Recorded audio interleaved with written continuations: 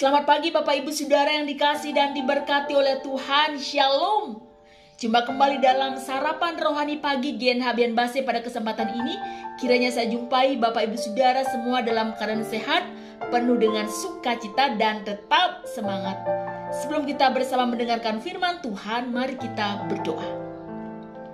Segala puji syukur, hormat, kemuliaan dan pengagungan kami naikkan kepadamu ya Allah.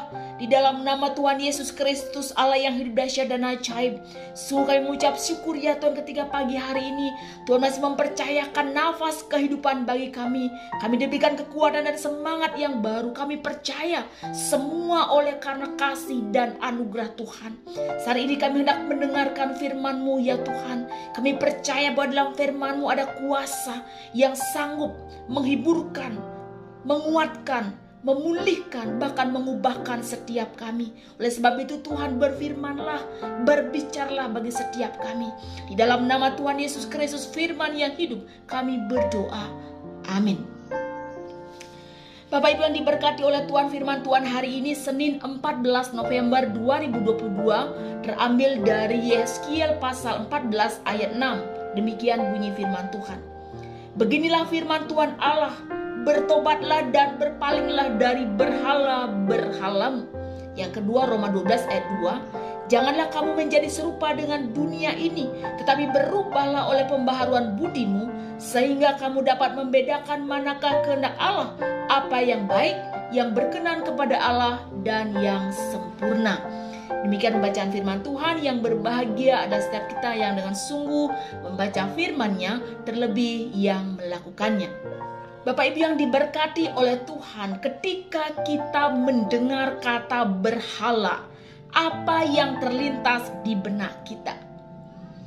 Sering sekali kita memikirkan berhala itu adalah sesuatu yang nampak, sebuah benda yang kadang dipercayai memiliki kekuatan-kekuatan ataupun disembah.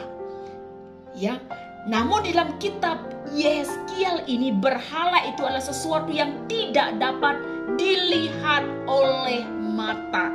Ya, orang-orang ini menjunjung berhala-berhala di dalam hatinya, berhala di dalam hati.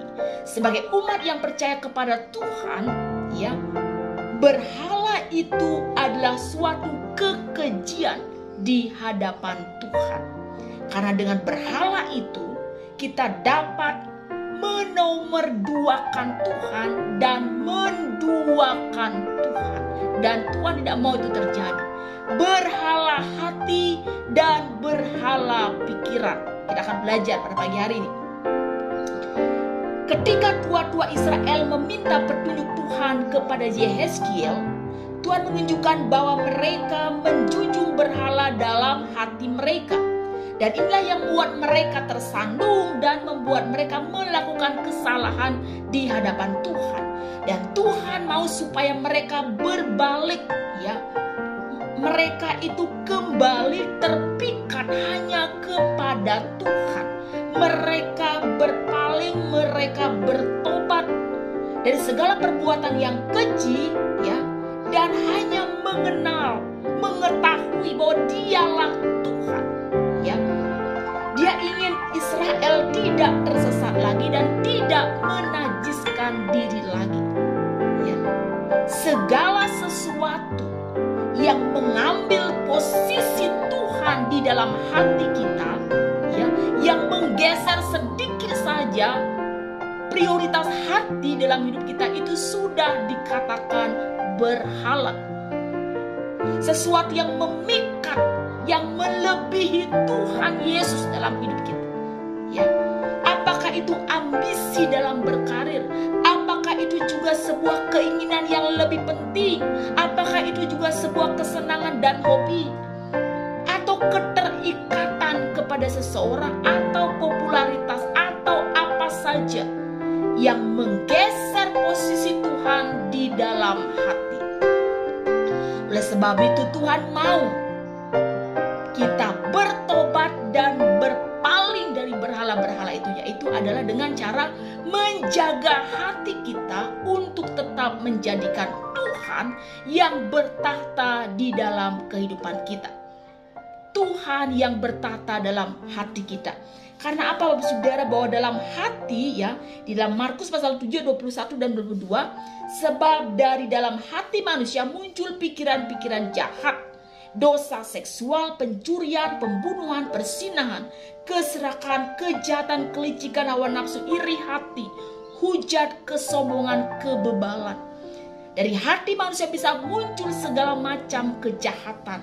Oleh sebab itu jagalah hati kita dalam kewaspadaan, karena dari situlah terpancar kehidupanmu. Menjaga hati supaya tetap Tuhan Yesus yang terutama, yang bertahta, yang menjadi raja atas kehidupan kita. Kemudian yang kedua, kita perhatikan bacaan yang kedua, janganlah kamu menjadi serupa dengan dunia ini, tetapi berubahlah oleh pembaharuan budimu. Yang kedua adalah kita melihat tentang pembaharuan budi. Ya, pembaharuan budi artinya adalah perubahan atau pembaharuan pikiranmu. Ya, jadi dalam pikiran ini juga muncul berhala-berhala yang menggeser posisi Tuhan. Pembaharuan pikiran atau akal budi sebagai pengikut Tuhan Yesus, ya, itu harus diubah menurut standar dan kualitas Allah sendiri.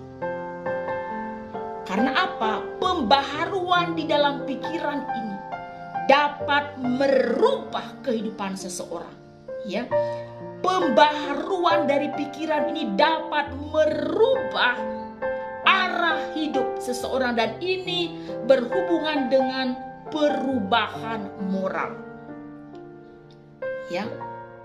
Karena sering sekali dalam pikiran ini muncul ya hal-hal yang jahat juga ya.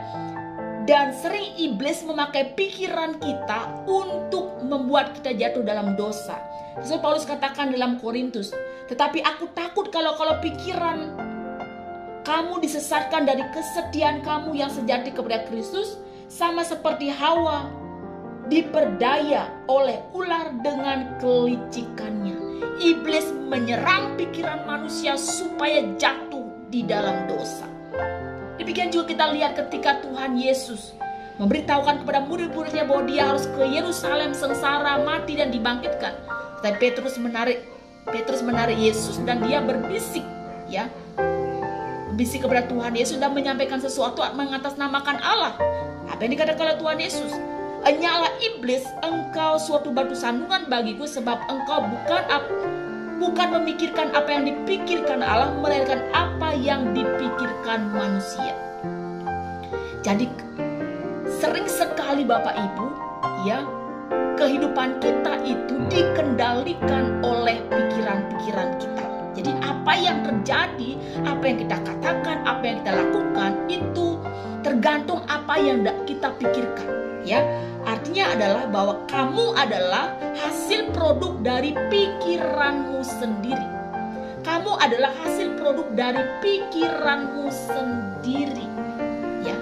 Oleh sebab itu Bapak Saudara, ya, taburlah sebuah pikiran, maka kita akan menuai sebuah tindakan. Taburlah sebuah tindakan, maka akan menuai sebuah kebiasaan. Taburlah sebuah kebiasaan, maka kita akan menuai sebuah karakter, dan itulah diri kita sesungguhnya. Ya, to change of your mind. Ya, apa yang harus kita pikirkan di dalam Filipi 4 ayat 8 mengatakan, pikirkanlah semua yang benar, mulia, adil, suci, manis, sedap didengar. Semua yang disebut kebajikan dan patut dipuji, pikirkanlah semuanya itu. Ketika kita sudah memikirkan hal-hal yang baik, yang berkenan di hadapan Tuhan, maka sungguh hidup kita ini tidak akan serupa dengan dunia ini. Ya, apakah ada kehidupan yang jahat, keberdosaan yang bertentangan dengan Allah, keinginan daging, keinginan mata, keangkuhan hidup, segala sesuatu yang berbicara tentang dunia ini, maka kita akan menjadi orang yang berbeda. Dan menjadi orang yang berbeda itu berawal dari apa yang kita pikirkan. Bapak Ibu Saudara, berhala di dalam hati dan pikiran, bisa mengontrol, mengintimidasi, bahkan mengendalikan hidup kita. Oleh sebab itu saat ini firman Tuhan berkata bagi kita, berbicara bagi kita adalah jaga hati dan jaga pikiran kita. Terpujilah nama Tuhan. Saat teduh untuk kita semua.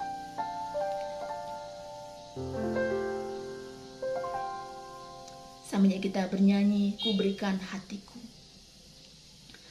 Ku berikan hatiku dan jiwaku, semuanya bagimu di dalam hidupku. Di setiap waktu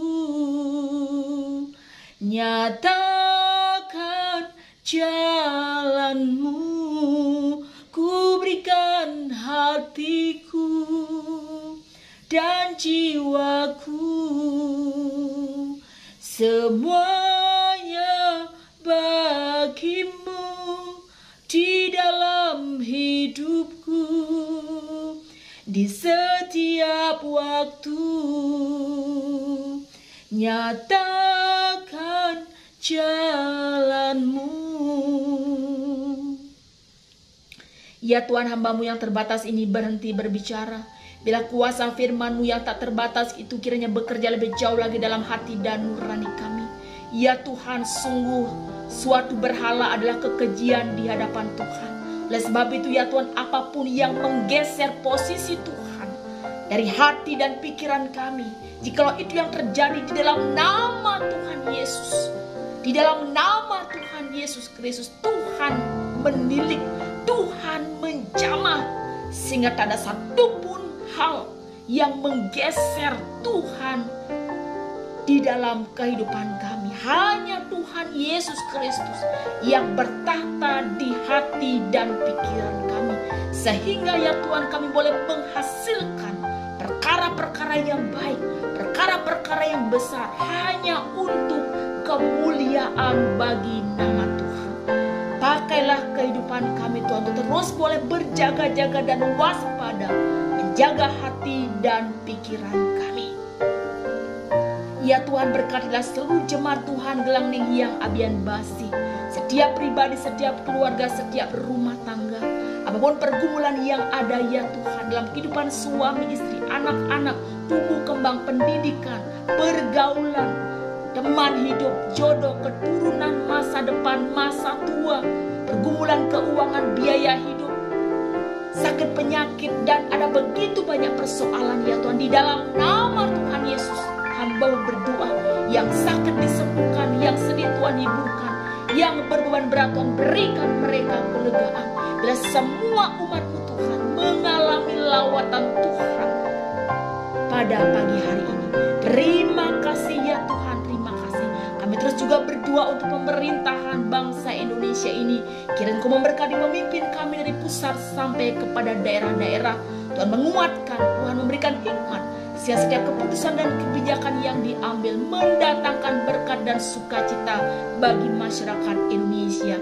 Terlebih ya Tuhan, Bali akan menjadi tuan rumah G20 dan Indonesia akan menjadi tuan rumah G20. Kiranya Engkau yang hadir Tuhan, yang memberkati, sehingga Bali diberkati, Indonesia penuh dengan kemuliaan Tuhan. Di dalam nama Tuhan Yesus Kristus kami berdoa, dan biarlah kiranya Tuhan memberkati dan melindungi engkau. Tuhan menyinari engkau dengan wajahnya dan memberikan engkau kasih karunia.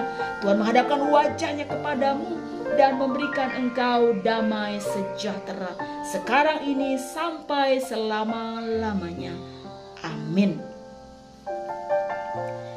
Bapak Ibu yang diberkati oleh Tuhan, demikian sarapan rohani pada pagi hari ini, kiranya boleh menjadi berkat dan menguatkan kita semua. Selamat beraktivitas, tetap semangat, dan jangan lupa mematuhi protokol kesehatan. Tuhan Yesus memberkati. Shalom.